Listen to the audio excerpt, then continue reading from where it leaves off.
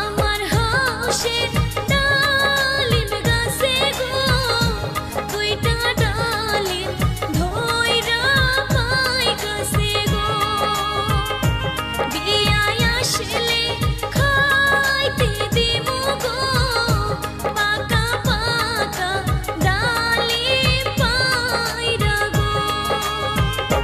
কতদিন হইল বিয়ান বাড়ি গো যাইতে আমি পারি না গো।